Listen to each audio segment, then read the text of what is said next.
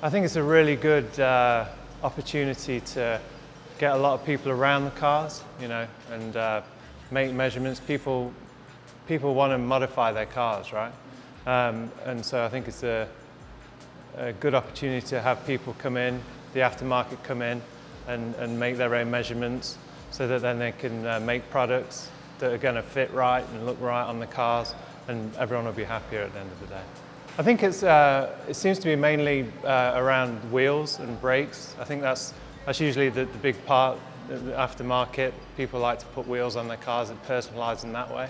Seems to be the majority of the session was around the brakes, a couple on turbos, and some guys looking at the new Vantage for engine modifications. Yeah, I think the new Vantage is geared more towards the sports car driver, so they're more likely to do engine modifications and things to the car. So I suspect that more engine modifications will be done to the Vantage.